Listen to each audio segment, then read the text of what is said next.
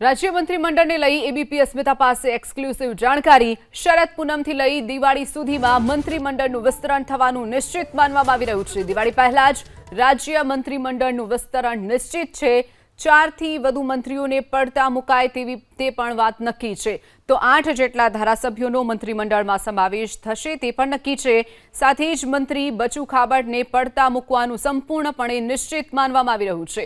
તો હાલના મંત્રીઓના ખાતા બદલાવાનું પણ નિશ્ચિત છે। પરફોર્મન્સના આધારે મંત્રીમંડળનું એક્સપાન્શન થશે, રિશફલિંગ થશે। 2 જેટલા રાજ્યમંત્રીઓને કેબિનેટમાં સ્થાન મળવાની પણ શક્યતા છે। તો રાજ્યના મંત્રીમંડળમાં ધરખમ ફેરફારો થશે, મંત્રીમંડળનું વિસ્તરણ થશે અને સાથે જ અત્યારના જે મંત્રીપદ ધરાવતા મંત્રીઓ છે તેમાંથી 4નું પત્તું કપાય તે પણ નિશ્ચિત છે।